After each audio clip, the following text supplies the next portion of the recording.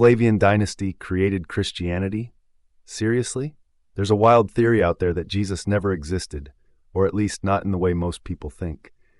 According to this fringe idea, Christianity wasn't a natural outgrowth of Judaism, nor was it a grassroots religious movement.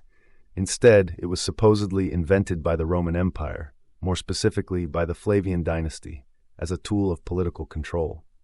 Yes, you heard that right. The claim is that Roman emperors Vespasian and Titus, with the help of Jewish historian Josephus and philosopher Philo of Alexandria, fabricated Christianity to pacify Jewish revolts and maintain imperial dominance.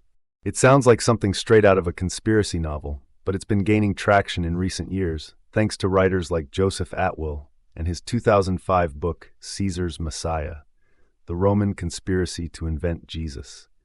Atwill claims that the New Testament was created as a psychological warfare tool.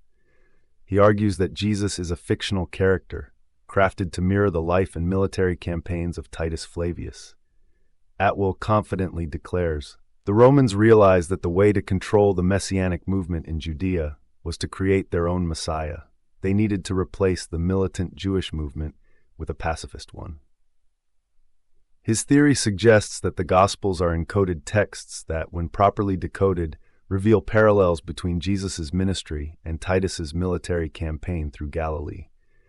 Atwill believes these parallels are deliberate clues left by the Flavian authors to mock future generations. At first glance, this might sound compelling. After all, the Roman Empire did have a long history of using religion as a political tool.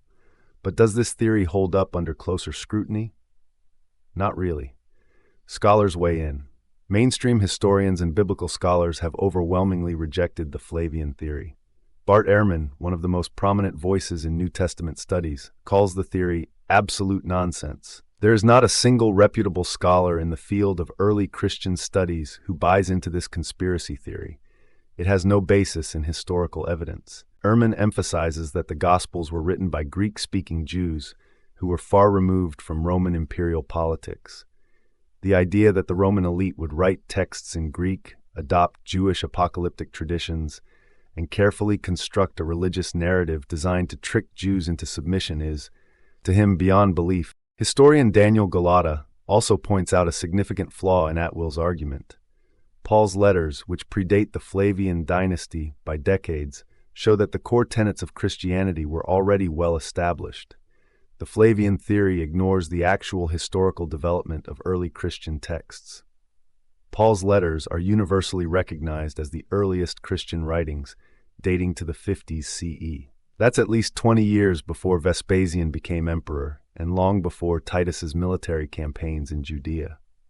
How could the Flavian dynasty have invented a religion that was already thriving? Josephus and the alleged connection. Much of the Flavian theory hinges on the involvement of Josephus, the Jewish historian who defected to the Roman side during the First Jewish-Roman War. Atwill and others argue that Josephus helped craft the New Testament, inserting Roman propaganda into the Gospels. They point to Josephus's The Jewish War as containing similar themes and parallels to the life of Jesus. Critics of this theory acknowledge that Josephus's writings provide valuable historical context for the New Testament period, but they reject the idea that he was involved in writing the Gospels. Joel Edmund Anderson, a scholar of early Christianity, argues, Josephus's works were aimed at a Roman audience, not Jewish Christians. There's no evidence that he had any hand in shaping Christian doctrine or that he even knew of the Christian movement. Moreover, Josephus never mentions Jesus in his extensive writings about Jewish history. While some scholars debate the authenticity of the so-called Testimonium Flavianum, a brief reference to Jesus in Antiquities of the Jews, it's clear that if Josephus had helped invent Christianity, his writings would have reflected a far deeper involvement. It is important to point out it is believed the passage in Josephus is an interpolation, not the original writing of Josephus himself. The Philo problem. Another glaring issue with the Flavian theory is the supposed role of Philo of Alexandria, a Hellenistic Jewish philosopher.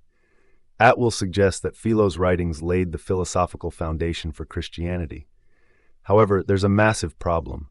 Philo had no connection to the Flavian dynasty and died before Vespasian ever rose to power. Even if Philo's ideas influenced early Christian thought, which is possible, it's a stretch to say he was part of a Roman conspiracy.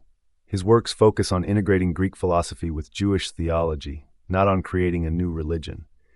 Daniel R. Schwartz notes, Philo was a highly accomplished Greek stylist, but likely knew little Hebrew.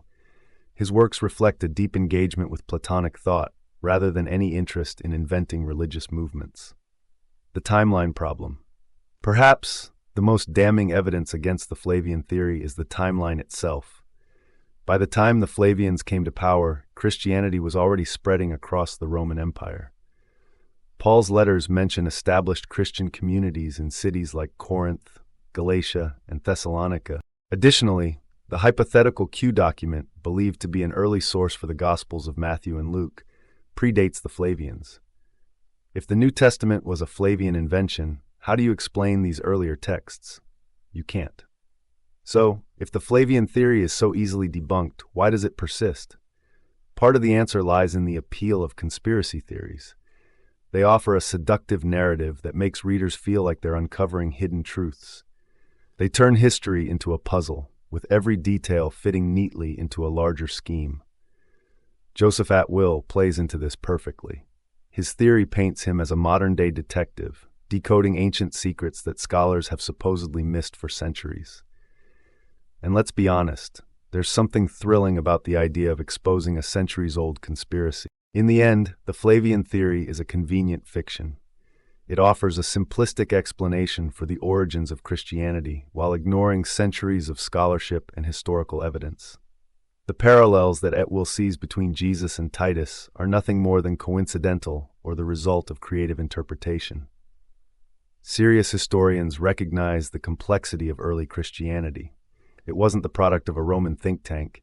It was a messy, organic movement that evolved over time, influenced by Jewish apocalypticism, Greco-Roman philosophy, and a rapidly changing world.